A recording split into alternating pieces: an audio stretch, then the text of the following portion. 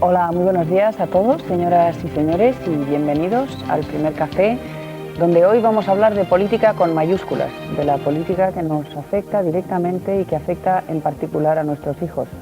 Porque el pasado sábado, 20 de noviembre, se cumplieron 10 años de la declaración de la Convención de los Derechos del Niño por parte de las Naciones Unidas. Una convención que 10 años después no parece pasar por su mejor momento, no parece que disfrute de una salud muy buena precisamente. Don Javier Urra, defensor del menor de la Comunidad de Madrid, muy buenos días. Muy buenos días y muchísimas gracias por habernos invitado. Muchas gracias a usted por estar aquí. Yo decía que esta convención no goza de muy buena salud. En esta convención, en el preámbulo de esta convención, se insta a los países miembros a educar a los niños en un espíritu de paz, dignidad, tolerancia, libertad y solidaridad. Los datos parece que no avalan el que estas recomendaciones se hayan seguido muy directamente, ¿no? Hombre, yo creo que la Convención fue un gran tratado que obliga a los países que lo han firmado, que son todos menos Estados Unidos y Somalia, y por lo tanto es un paso, pero sin embargo no hay una obligación para que los países lo hagan cumplir. Y nos encontramos con que hay niños pues prostituyéndose, niños trabajando en condiciones terroríficas, niños en la guerra, niños que mueren por falta de agua, por falta de comida. Es decir, que desde luego la Convención es magnífica en su contenido, pero no en su cumplimiento, y es lo que tenemos que conseguir. Muy bien. Carmen Gurruchaga, muy buenos días. Hola, buenos días. Dani Pérez Henares, buenos días. Buenos días. Y Esther Esteban. Hola, muy buenos días. Pues de niños vamos a hablar. Si les parece a ustedes, yo quisiera empezar viendo unas imágenes que tenemos precisamente referidas a ese trabajo prácticamente forzado, a ese trabajo en condiciones penosas que desempeñan más de 250 millones de niños en todo el mundo. Yo me llamo Humberto, tengo 7 años, vengo trabajando en las canteras para ayudar a mis papás.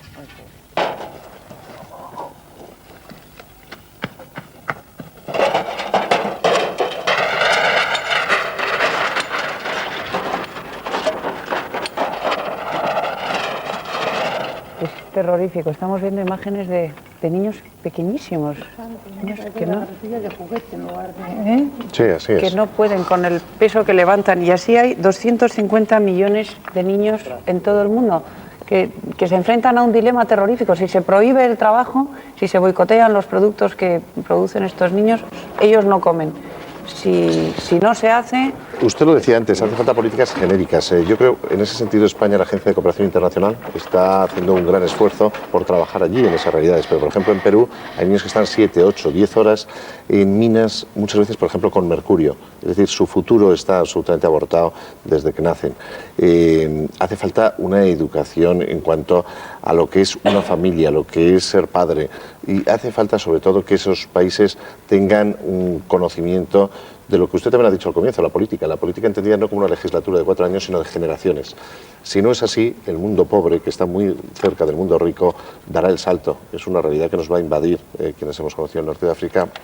Sabemos que es así, porque entre otras cosas también ellos ven las televisiones, ven otra riqueza, ven otro mundo que creen que es absolutamente de trabajo y placer, y por lo tanto los niños van a seguir sufriendo muchísimo. Hay que acabar, desde luego, y eso la OIT lo tiene muy claro, con el maltrato que es el trabajo, la no formación, es hoy pues cercenar el futuro de los niños. Hay una realidad que nos es muy cercana, y esas imágenes me parece que lo eran. Iberoamérica. Claro, ¿qué política global? En realidad he estado en Brasil, la trombadiña, en Colombia, en Perú, en México. Es que no es una cuestión de los niños, es una cuestión del sistema. O sea, la OIT o cualquier... que en realidad, ante lo que se enfrentan, porque ahora dicen Iberoamérica va muy bien, está aumentando mucho la renta per cápita, pero es que cuando hablamos de ese mundo, tenemos que admitir que ese mundo es un mundo de una explotación bestial y de unas diferencias sociales y económicas brutales. O sea, que yo es que diría que no es una cuestión de niños, es una cuestión de sistema, y que sus políticas, por muy bien intencionadas que estén, son absolutamente inválidas, porque no van a la raíz del problema. Mientras haya esas diferencias sociales allí, los niños pobres se morirán de hambre, o tendrán que trabajar, o tendrán que ejercer la prostitución, y si no, se morirán de hambre. Esa es la verdad. Y la prueba es, y ese es un tema muy debatido con Cruz Roja, con UNICEF, la realidad, por ejemplo, de la adopción internacional, de un gesto de solidaridad del mundo rico hacia el mundo pobre, pero que a veces es un mercadeo también de niños francamente complejo y peligroso. Es decir, hay lugares donde se está teniendo niños como mano de obra, y en todo caso para que luego el mundo rico pueda adoptar. Dios mío, ¿dónde ocurre eso? Está ocurriendo en Hispanoamérica clarísimamente, es decir, ellos cuando se les pregunta si tienen muchos niños y si tienen problemas en que nosotros adoptemos, dicen no, encantados, hay niñas de 14, 15 años que ya es el tercer niño que tienen. Si no hay una política en ese sentido, pues el problema sigue siendo gravísimo en un lugar de mano de obra. Hace falta políticas generales. Y hace falta que los Estados tomen en consideración. Las ONGs, los voluntarios, yo creo que hacen una labor incalculable. ¿Pero por qué? Para hacer carreteras o para hacer aeropuertos, esos países ponen a sus profesionales y lo otro lo dejan en manos solo de voluntarios. Hace falta, en ese sentido, políticas estructurales importantes de futuro, pero hace falta el apoyo no hipócrita de los países ricos entre los cuales nos encontramos. Pero los países ricos lo que hacen es ir allí con sus multinacionales y explotar y poner a trabajar a niños de 12, 11, 10, 9 y 8 años. Es verdad, es cierto, por eso tenemos que educar muchísimo a los que estamos hoy, pero sobre todo hay que educar a los futuros niños para que eso no ocurra. A nuestros para que no vayan a explotar a los niños allí, ¿no? Para que contraten gente adulta. Sí, lo que pasa es que también hay que decir que acabar ahora mismo con el trabajo de todos los niños sería acabar no solo con esos países, sino con el futuro de ellos, no tendrían mucha razón de ser. Entonces lo que hay que hacer es que no sean las peores formas de trabajo y que sean unos trabajos que sean compatibles con la formación y con la educación, pero desde sus conocimientos, desde sus valores y desde su realidad. Yo creo que eso es verdad, que España sí está mandando muchísimas personas, muchísimos profesores. Ahora mismo Brasil ha solicitado muchísimos profesores de España y ahí es educando desde esa realidad como podrá variarse en algo. Pero desde luego en una sociedad tan competitiva, en una sociedad tan capitalista, bueno, pues estamos poniendo tiritas a un cuerpo que se le está inyectando enfermedad. Para hablar de explotación infantil no hace falta irse a la parte pobre, ¿no? Los países ricos, los países desarrollados también explotan a los niños. Se explota a un niño cuando desfila en una pasarela, se explota a un niño cuando hace una película de cine, o cuando... ¿Cómo luchar contra esa explotación en este mundo? Aparte de... Pues primero teniendo conciencia social, segundo legislando a favor. Yo creo que los niños son niños, tienen derecho, como no, a hacer un día una película, una serie, un algo. Lo que no puede hacer es de verdad, de una forma que parezca que no es así, estar trabajando y estar ganando un dinero que además lo perciben los padres. Ahí es cuando tiene que haber inspección de trabajo, y tiene que haber inspección de educación y ahí tiene que primar lo que es fundamental para el niño. El niño tiene que mantener su infancia y por lo tanto su tiempo de ocio y su tiempo educativo. Y como usted muy bien dice, pues llegan niñas del este que están haciendo pasarelas o niños del norte de África que cogen en Italia para que empiecen a jugar al fútbol. Hay que darles expectativas, hay que darles futuro. Y sobre todo hay que dejar que sean niños. Yo no sé por qué esta sociedad que cada vez se vive más en el tiempo, sin embargo queremos acortar el tiempo de infancia. Yo creo que es una cuestión de la presión. Yo creo mucho en los ciudadanos, en la capacidad del ciudadano para movilizar las realidades. No creo que la solución esté en Bruselas o en Wall Street, sino que sinceramente creo que el legislador y el político va un paso por detrás siempre de lo que la sociedad empieza a sentir. ¿Cómo se persigue eso? ¿Se sanciona a las empresas que contratan niños para hacer esto de manera Si se puede demostrar que hay trabajo infantil, se puede, claro, perseguir clarísimamente. Lo que pasa es que muchas veces no hay un contrato entre las partes, es un acuerdo con los padres y aquí entramos en un punto fundamental que es el de la patria potestad, el entender que los padres no son poseedores de los hijos, tienen derechos y responsabilidades sobre los hijos, pero que hay aspectos que tienen que ser supervisados. Por ejemplo, para que un niño realice una actividad que tenga algún pago o pueda salir su imagen, tiene que recordarse que el Ministerio Fiscal tiene que decir que sí. Es una práctica que no se lleva a efecto. Pero eso es para que no haya padres que vulneren los derechos de la infancia. Quisiera, me perdonáis un segundito, no, porque quisiera recordar a nuestros telespectadores que nos acompaña el defensor del menor en la Comunidad de Madrid, Javier Urra, que estamos hablando de niños, de derechos de niños, y que pueden ustedes dirigirnos sus preguntas a través de nuestro número de teléfono o de nuestra dirección de correo electrónico. Si me lo permites, Chani, le planteo una pregunta a nuestro invitado, porque estamos hablando del trabajo forzoso de los niños.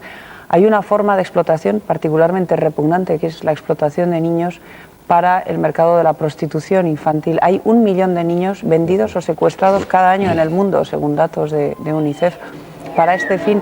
Y en este mercado, en este repugnante tráfico, participa España activamente. No hace mucho se desmanteló una red de venta de vídeos de pornografía infantil a través de Internet, red que tenía su sede localizada en Valencia. Yo quisiera saber si la gentuza que estaba en ese tráfico está en la cárcel, si ha salido, si el Código Penal permite castigar con la suficiente severidad este delito o por el contrario no lo permite, si nuestros niños están debidamente protegidos en ese terreno.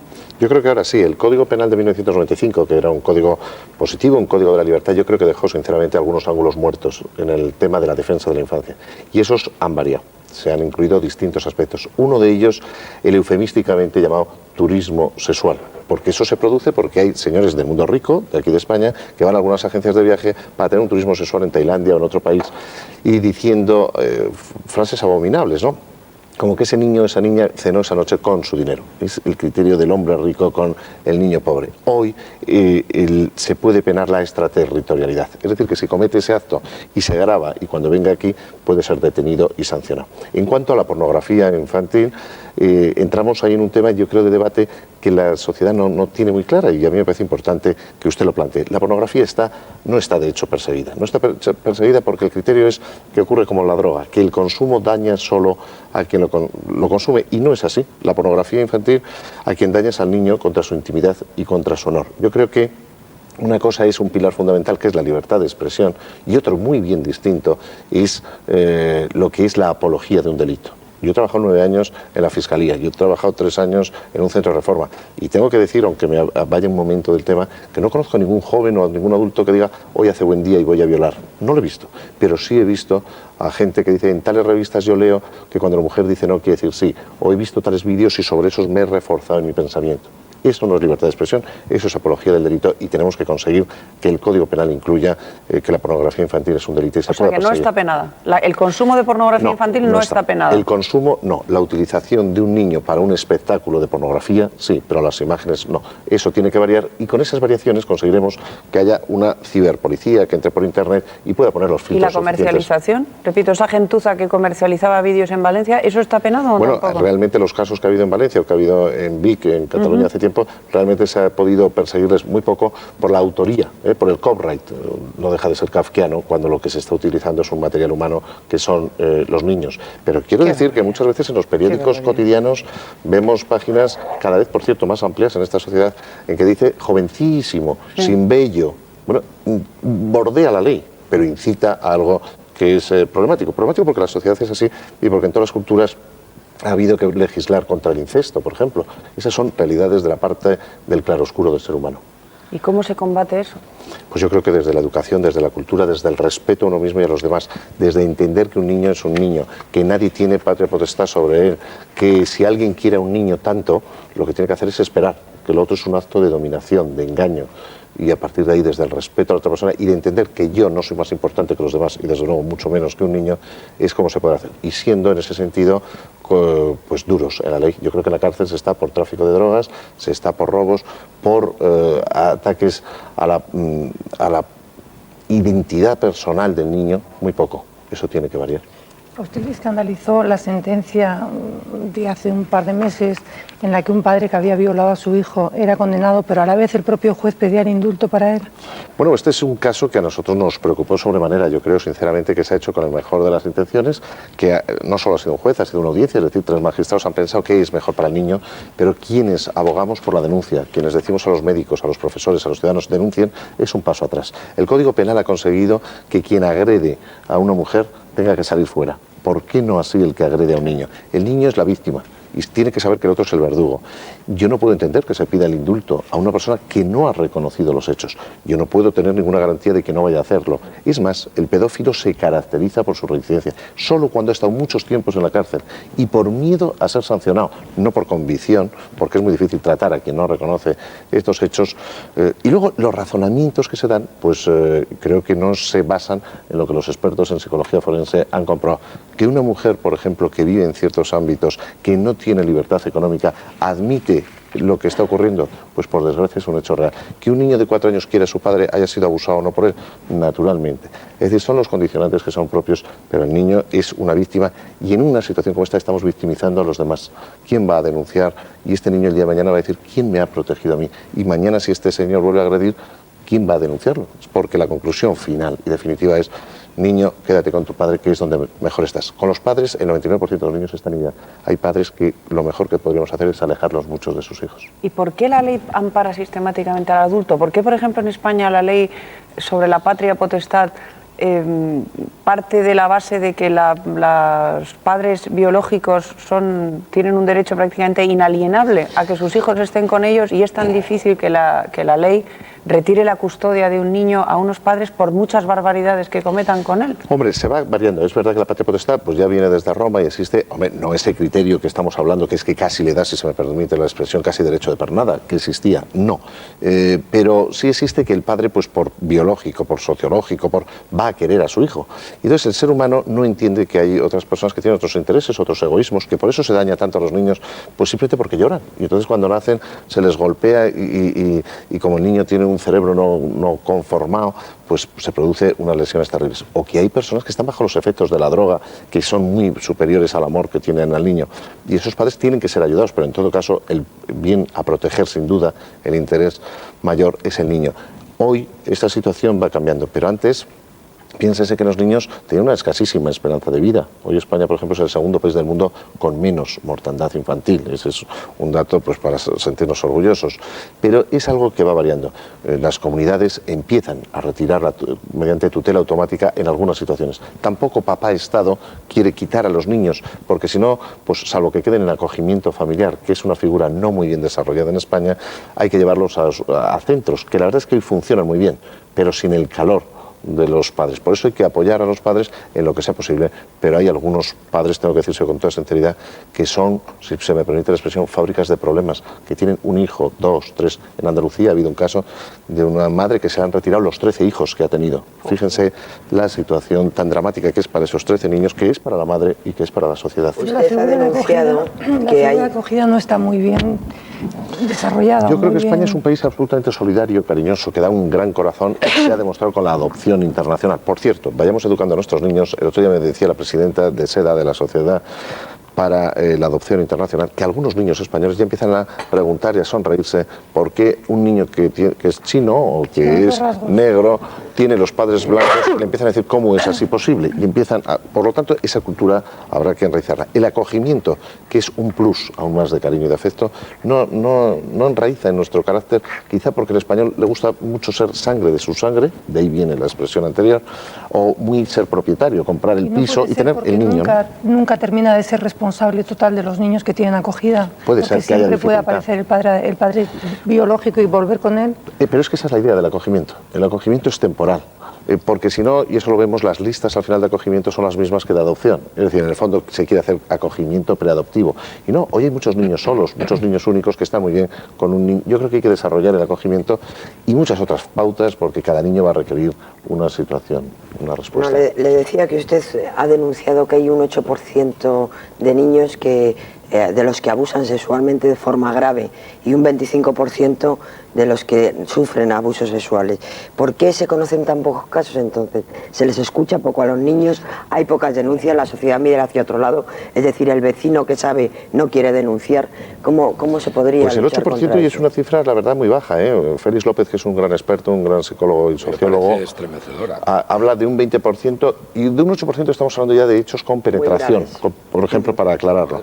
Porque qué barbaridad, si esto ocurre Dios mío, luego... Esta sociedad está enfermísima, entonces. Hombre, lo ha estado siempre. Yo creo que de verdad que hay que ser esperanzado y hay que ser optimista. Las cosas van a mejor, lo cual no quiere decir que sigue habiendo muchos niños que sufren un maltrato en silencio. Pero lo grave es que sea en el ámbito familiar, eso. La inmensa mayoría sí, porque es donde se oculta la situación. Y se me pregunta, ¿por qué? Bueno, primero, el niño cuando es muy pequeño no sabe si eso es lo normal.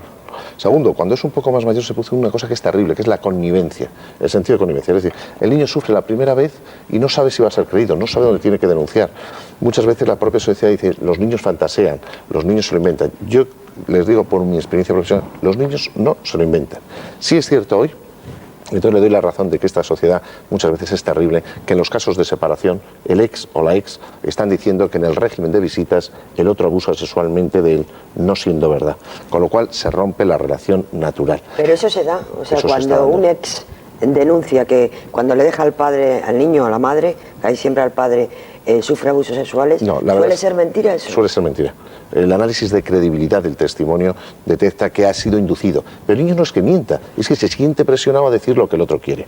La credibilidad del testimonio, si usted ha estado en París y yo digo que he estado y usted me hace 4 preguntas inteligentes, verá si es verdad o no, más a un niño. Pero quiero decir que los niños no mienten, lo que sí se les puede es inducir a fantasear. Y entonces lo que hace falta es que el policía, que el médico, no parte del criterio de este niño me está engañando, sino que le escuche, usted lo ha dicho. Pero escuchar es escuchar también, mirar desde los ojos del niño. Ayer escribió usted en un artículo ponerse en los zapatos del niño, pues eso es la idea. ¿Y qué mecanismos hay para proteger a estos niños? Vamos a ver, imaginémonos, pongámonos en lugar de un hermano, de un niño de estos que está sufriendo abusos, o de un tío, o de un vecino, o de alguien que sepa, porque es que el crío está muy indefenso, el crío tiene muy pocos mecanismos de defensa, pero en su entorno, un profesor, un compañero, un amigo, tiene que haber gente que sepa. Pero lo denuncia ¿cómo? Porque es muy duro pedir a una persona que se presente en una comisaría y que diga, oiga, que mi papá está violando a mi hermano. Ahora, es muy duro. aquí hay un hecho que es fundamental. ¿No hay unos mecanismos más? Sí, yo eso digo, mire, el derecho primogenio del niño tiene que hacerse en este caso compatible con la presunción de inocencia. No podemos hacer tampoco una sociedad, un país absolutamente paranoico y policial donde alguien acabe yendo a la cárcel por algo que no ha cometido, y más el abuso sexual a un niño, que sería a un hijo suyo, que sería terrible. Entonces, al final hay que ir a la Fiscalía de Menores. Este es el lugar. Y allí hay unos equipos técnicos que lo estudian, que lo valoran, porque el fiscal tiene que perseguir, en ese caso al adulto que ha sancionado, que ha dañado, al niño, pero tiene que defenderlo. Ahora bien, el niño va a pasar por un procedimiento judicial, procedimiento que también hemos conseguido que se varíe. Es decir, antes un niño, pero antes, en el año 95 aquí, un niño que era abusado sexualmente tenía que contarlo. En el mejor de los casos, al policía, al médico, al educador, al trabajador social, al psicólogo, al abogado, al fiscal y al juez. Eso es una nueva victimización. Hoy se está haciendo ya mediante una cámara que lo graba. En caso de que, por ejemplo, cualquier televidente fuera el juez, pues ahora se pone un separador, de manera que la presunta víctima no tenga que ver la cara del presunto agresor. Bueno, se van dando pasos en ese sentido, pero sobre todo es tener conciencia de que ese silencio no es nada positivo en absoluto para el niño.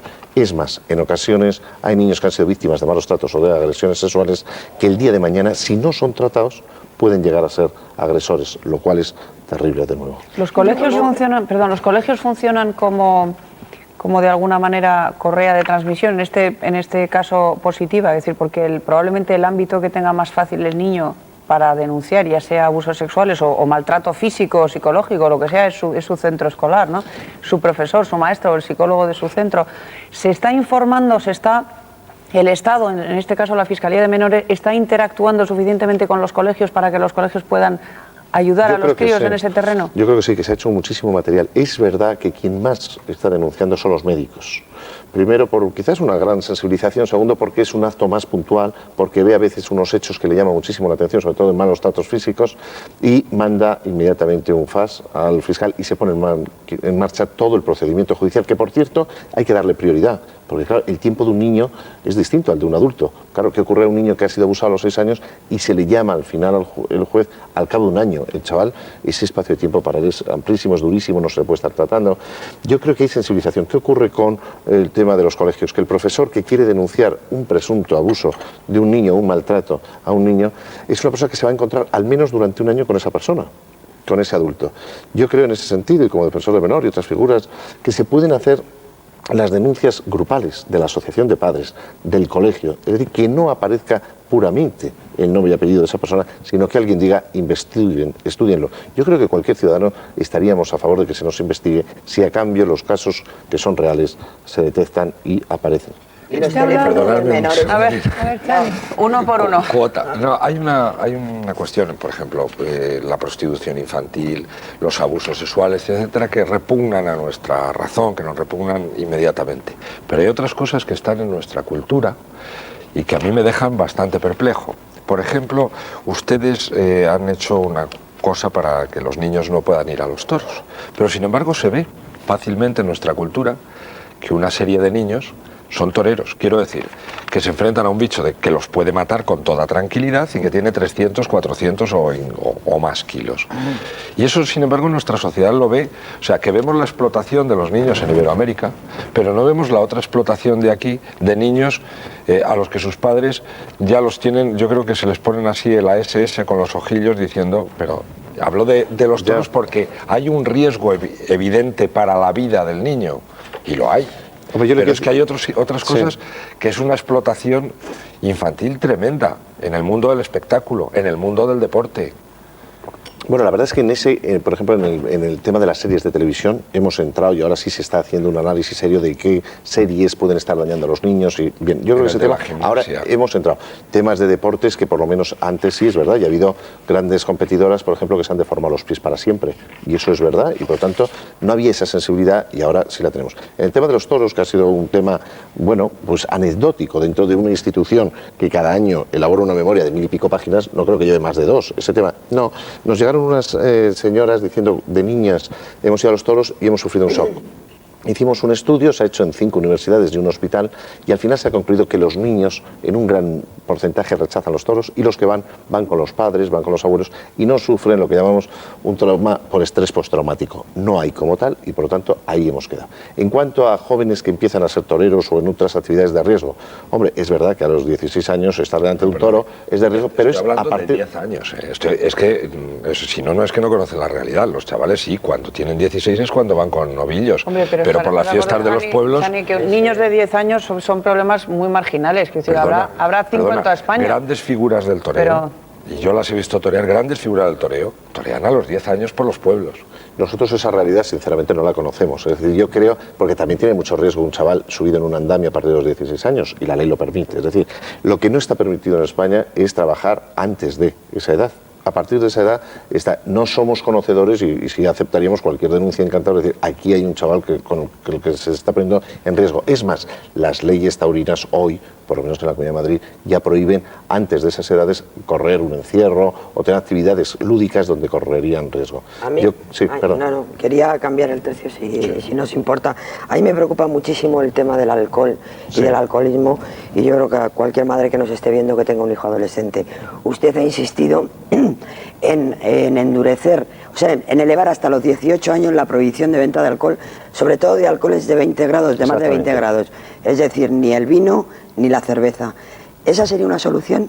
O sea, prohibir la venta. No, yo creo que la solución no sería... Hombre, yo creo que decíamos antes que un muchacho de 16 años puede trabajar en un andamio, ¿cómo no le vas a prohibir tomar una cerveza? Parecería un poco ilógico. Sin embargo, la realidad ahora del consumo de bebidas alcohólicos de mucho grado en plan nórdico, para chavales que te dicen quiero olvidarme de la realidad, para algunos casos que estamos viendo que te dicen luego los médicos que el lunes la chica pide la píldora poscoital porque dice no sé con quién he estado. Y si es un hecho dramático de pérdida de libertad. Y aquí estamos con un tema que es una droga que hasta el momento, bueno, ha sido de consumo de todos, está en nuestra cultura. Yo se lo voy a decir con mucha claridad. Creo que si nosotros quitásemos, yo qué sé, un viernes por la tarde, la televisión y quitásemos el alcohol, ¿qué haría esta sociedad? Eso es lo que se tiene que plantear la sociedad. Es decir, cuando los adultos vamos de fiesta con los amigos, a las 12 de la noche todo el mundo se vuelve a casa, salvo que haya alcohol, que entonces la cosa va a más. Eso los chavales lo ven. Los chavales aprenden un poco por modelaje, por aprendizaje vicario. Pero hace falta que los padres no seamos light, hace falta que sepamos con quién va, hace falta que les hayamos hecho que tengan amor al deporte, a salir al campo, sí, y eso es la prevención. Si luego consiguen alcohol fácilmente en cualquier sitio, porque los padres podemos ser muy vigilantes, los padres somos un factor importante, pero la sociedad también lo es. Entonces yo no puedo estar a mi hijo tenerle metido en casa, o sea, si luego sale a la calle y puede comprar alcohol en cualquier sitio muy fácilmente, ¿no? Claro, el problema es por de pronto a qué hora sale. ¿A qué hora salen nuestros chicos? Es que nuestros chicos salen a la 1 de la noche para volver a las 1 de la mañana, lo cual no deja de ser algo absolutamente antinatural. Un buen amigo de las personas que estamos aquí, Miguel de la Cuadra Salcedo, me decía hace muy poco, dice, hombre, hay que ir un poco casi al ritmo del día. Porque, y esto es un poco anormalidad, y parece que el divertimento es todo. Ahora el alcohol no se ha convertido en algo social para los jóvenes, sino en el centro de la reunión. El alcohol y otras cosas, pero sobre todo el alcohol. Y a mí me parece que es un tema gravísimo. Y en ese terreno, don Javier, ¿los padres qué tienen que hacer? ¿Tienen que prohibir? ¿Tienen que endurecer el trato a los chavales? Porque es que el trato con un adolescente es enormemente complicado. Cualquiera que nos esté viendo, que tenga hijos adolescentes, sabe lo difícil que es combinar Entonces, ¿qué haces? ¿Prohíbes? Porque claro, si el chaval tiene discotecas o bares o lo que sea para estar en danza toda la noche, ¿cómo evitas? Bueno, yo creo, he apuntado algo, por ejemplo, que tenga un tipo de actividades los sábados, que le tiren, que le atraigan, que tenga que ir a una piscina, que tenga que salir con amigos, por lo tanto, segundo, que tenga un buen uso de su propia libertad.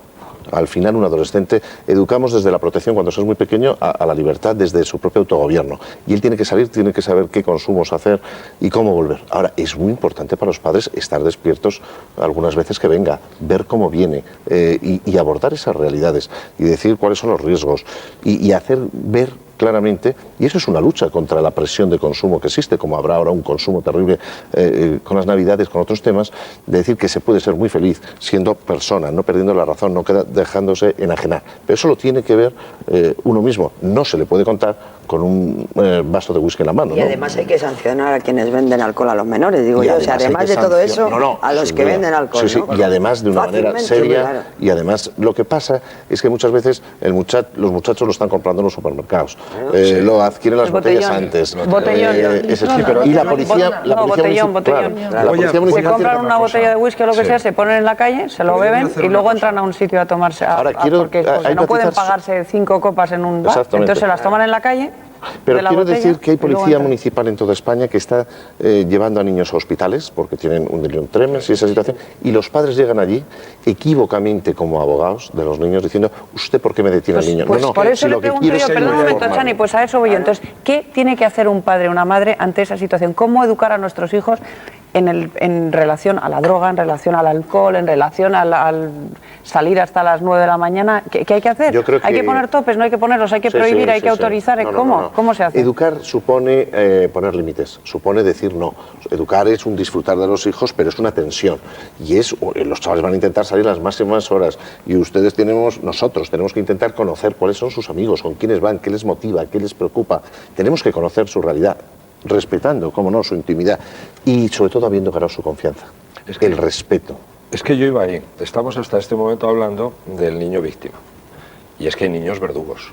Pero es que, por ejemplo, el otro día leía Y padres víctimas. No, y padres víctimas. Sí, es que leía el otro día, pero que es una cosa bastante más, es por ver la otra cara de la moneda.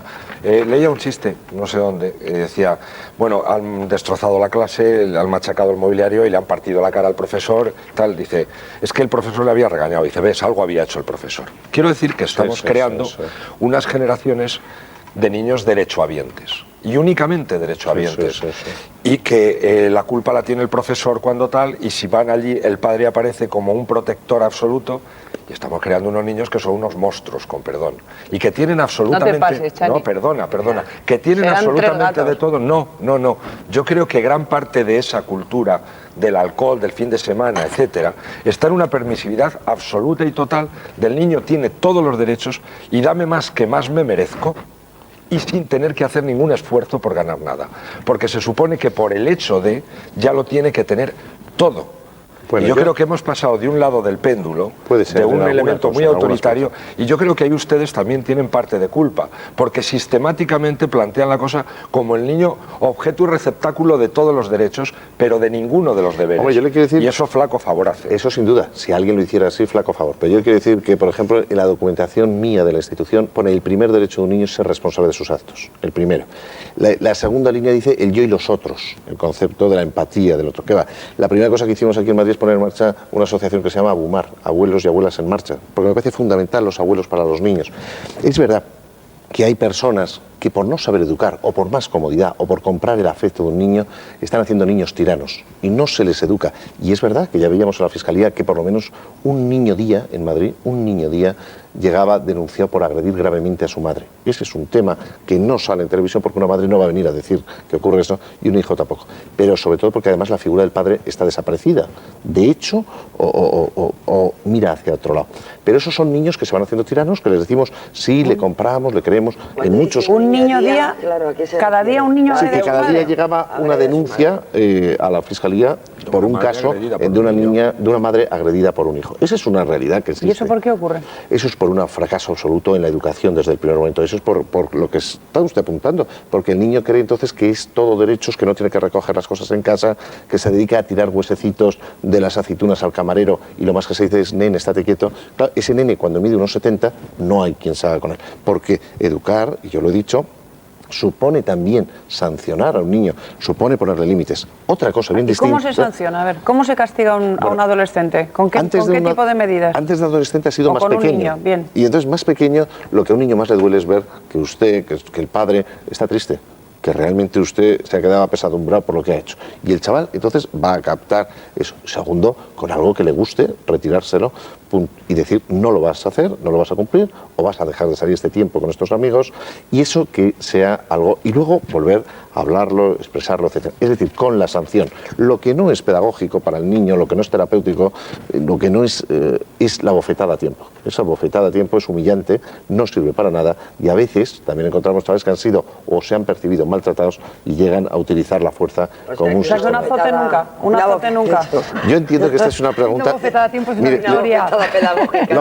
No seis bestias, porque es una bofetada. Les voy a decir, lo de la bofetada nunca es a tiempo. Fíjese, ¿cuántas veces ¿cuántas veces un compañero de trabajo dice una tontería o hace algo que requeriría lo mismo? Es decir, ¿por qué un niño que tira este vaso, si tiene 6 años, se le da un bofetón y si tiene 16 no? Si está en educativo. La bofetada no es el sistema. Es verdad que eso no quita que a lo que usted decía antes había unas comunidades muy distintas, había un núcleo familiar en que el padre era, no el cabeza, era el cabezón de familia y era una autoridad. Hoy se ha democratizado mucho más, pero alguien tiene que cumplir las normas.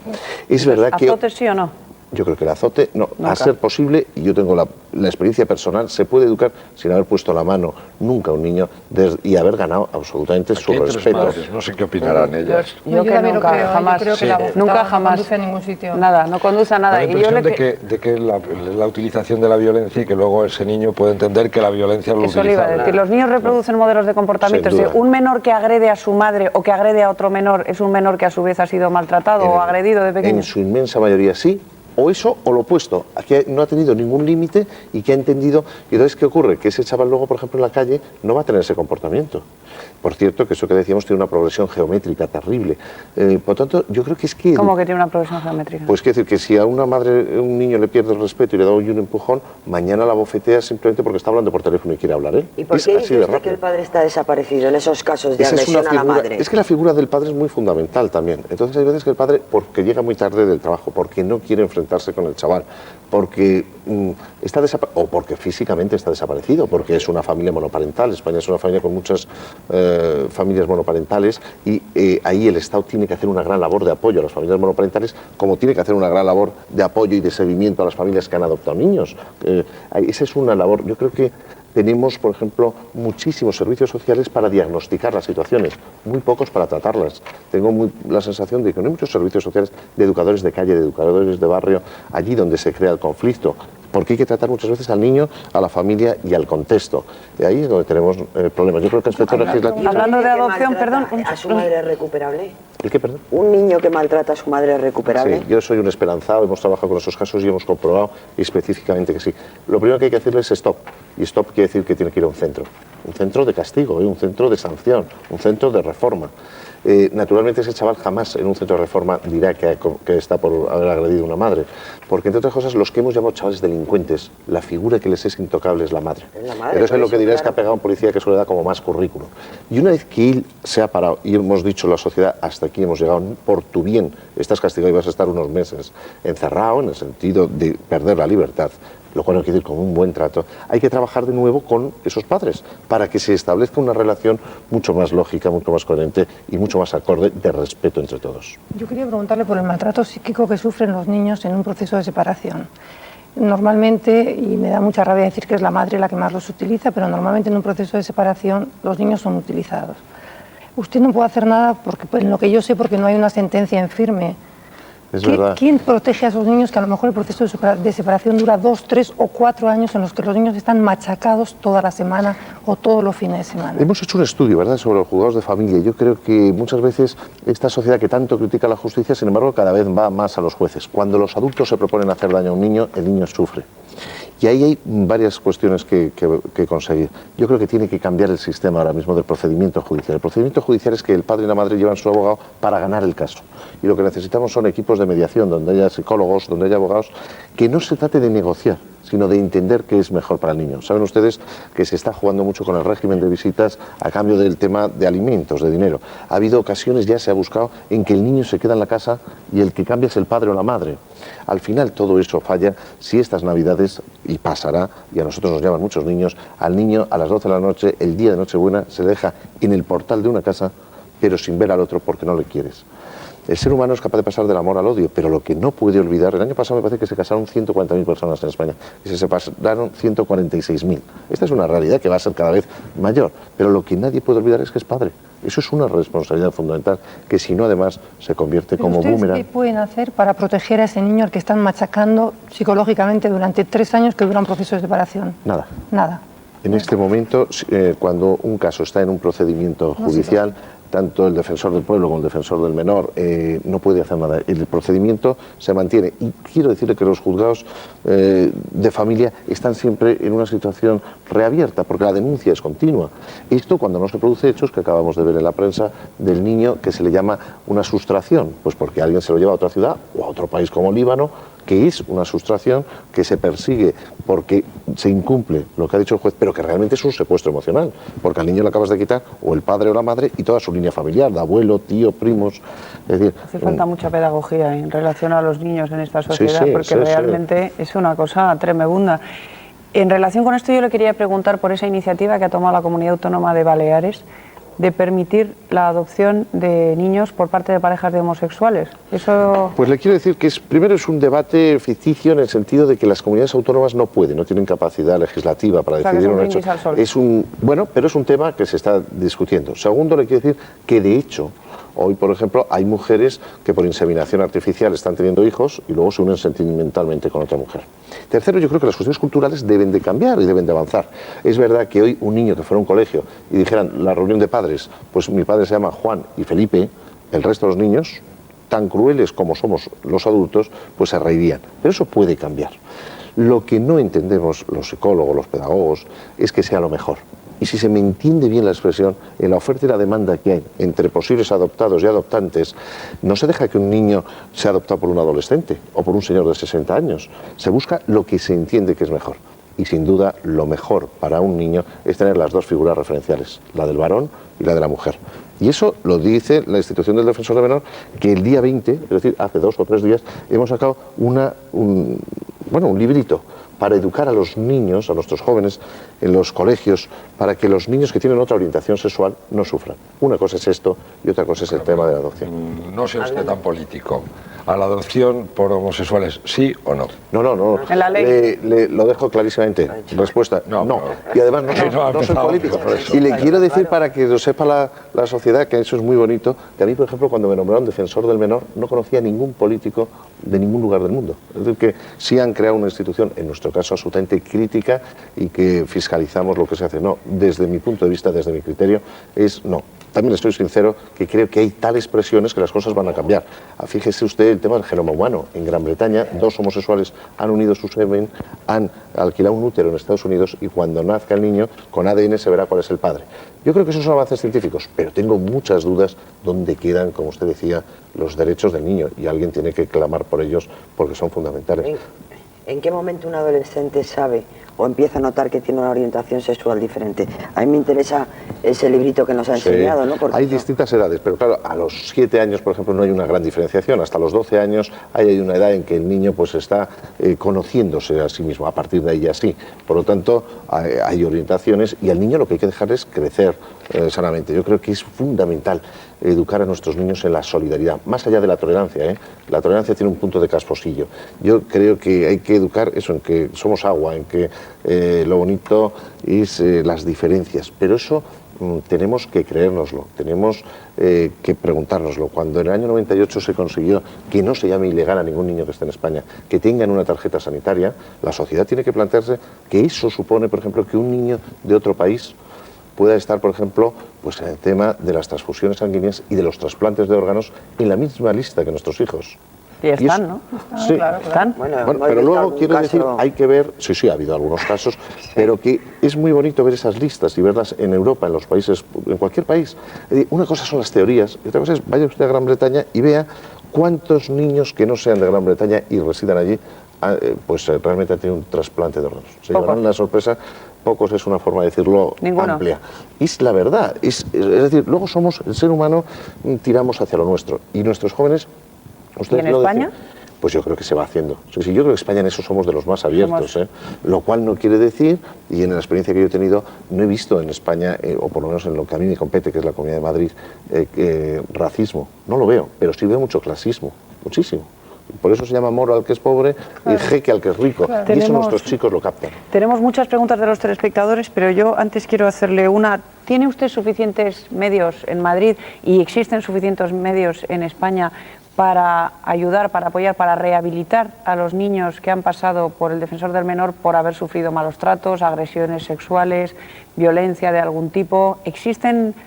Mire, en cuanto a lo que es específico de Madrid, nosotros somos un equipo de 19 personas que nos lo creemos, trabajamos mucho y necesitaríamos algo más. Hemos pedido algo más, este año no hemos subido de personal, pero bueno, podemos hacer lo que estamos haciendo, que es mucho de divulgar derechos y de trabajar cada caso. Es decir, el año pasado tuvimos 16.000 quejas, el año anterior 12.000.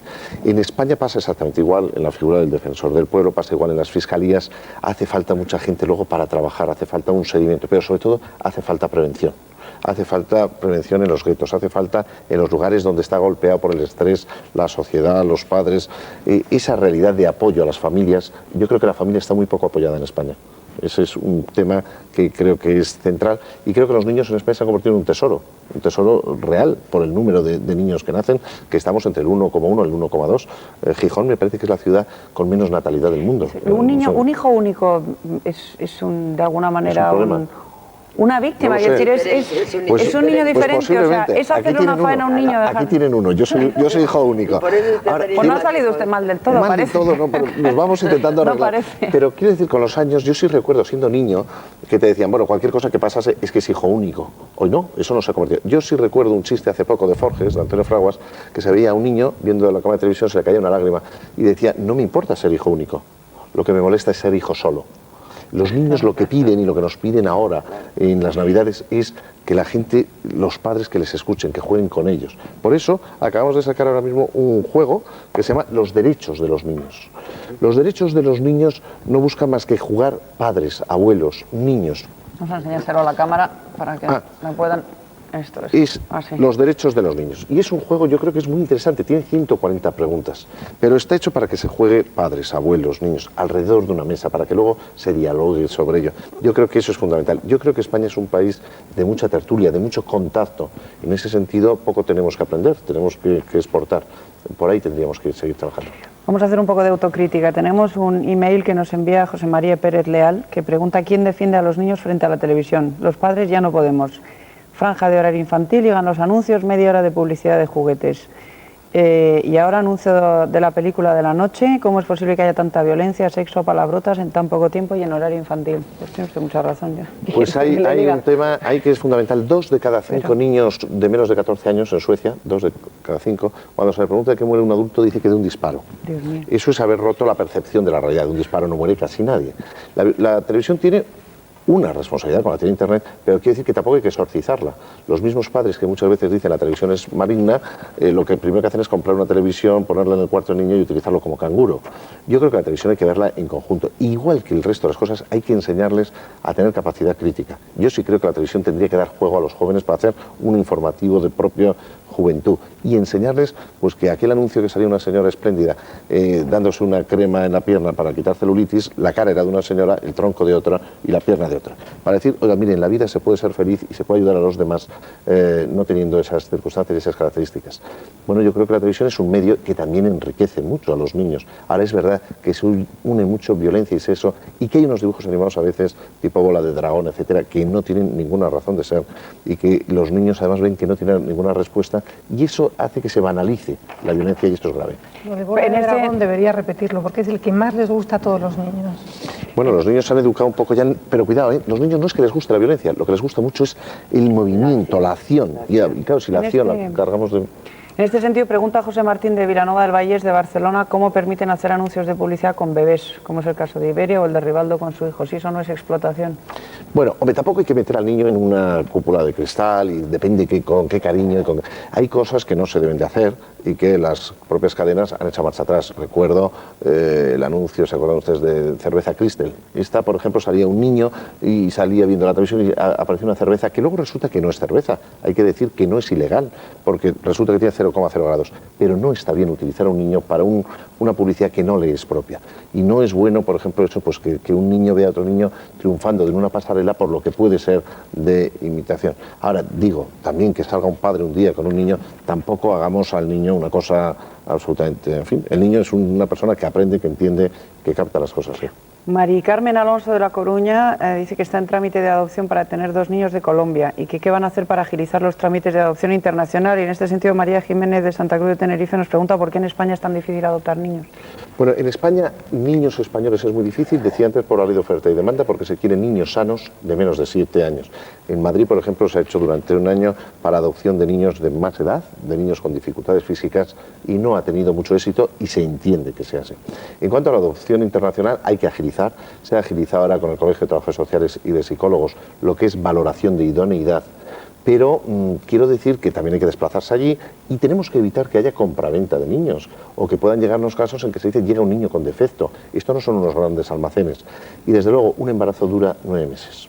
Me empieza a preocupar que lo de la adopción se pueda convertir un día en una moda. No, no. Usted tiene que saber lo que es, lo que supone, es para toda una vida y por lo tanto tampoco agilizar los trámites sí, pero tampoco una cosa decir, ay, o estos casos que estamos viendo, es que nuestra pareja las cosas van mal, nos vendría bien un niño. No, un niño no es para eso. María José de Madrid dice que vi que un padre que estaba drogado y que maltrataba a su hija. Denunció los hechos, pero al padre se dio cuenta de la denuncia que hice y me está amenazando en la calle. ¿Qué pueden hacer por mí para sentirme protegida y evitar las amenazas de este señor? Me imagino que no será el único caso. Pues es terrible porque, primero, felicitar a esta señora por haber denunciado a una persona que está maltratando a su hijo, porque ese hijo, decimos, no es de ese padre. La segunda cosa, pues tiene que ir al juzgado, denunciarlo, exponerlo. Yo creo que ahora hay una gran sensibilidad con las tragedias últimas que hemos tenido. Un niño, en España un niño muere cada 4 días víctima de malos tratos, ¿no? Es así, es así. Estremecedora. Es así, eso sin entrar en otras muertes súbitas que son de difícil, sin saber por qué ocurre. Y ya digo, los padres muchas veces es que no se dan cuenta que un niño llora, que hace caca, que te pone nervioso, que te quita de dormir, que eso es un niño, por eso hablaba antes del síndrome del zarandeo o de tantos hechos. Pero quiero decir que la inmensa mayoría de la sociedad adora a los niños, que en España se quiere muchísimo a los niños, que las instituciones como nosotros tenemos que trabajar mucho en positivo, en favor de los libros, en que haya teatro, en que un viernes los niños tengan otras ofertas que no sean solo tomar copas. Yo creo mucho más en lo positivo que en intentar poner puertas a las cosas absolutamente negativas. Yo creo que en ese sentido se va ganando en mucho. Pues me parece que no tenemos tiempo para más. Se nos han quedado muchas preguntas en el tintero. Ha sido muy ilustrativa, muy interesante. Esperemos que vayamos avanzando en el terreno de los derechos con la ayuda de personas como usted. Sin duda así será. Y con la ayuda de ustedes, tocando estos temas y desde luego educando a la sociedad. Muchas gracias. Muchas gracias a todos ustedes por acompañarnos. Les deseamos que tengan un buen día. Abríguense porque hace un frío peludo hoy en toda España. Abríguense, tengan un buen día y mañana les esperamos. Hasta entonces.